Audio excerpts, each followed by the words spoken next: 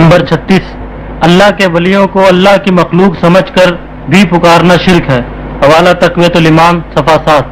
یہ ابھی تھوڑی دیر پہلے میں اس کو پیش کر چکا ہوں،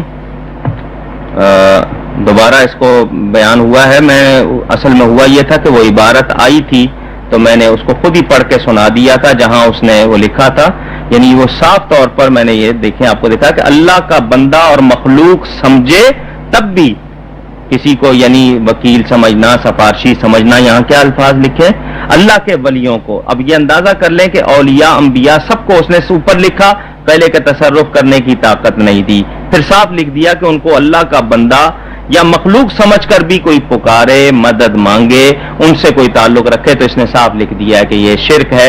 یہ حوالہ پہلے بھی میں دکھا چکا ہوں۔ نمبر 37 نماز جنازہ کے بعد دعا مانگنا ناجائز ہے۔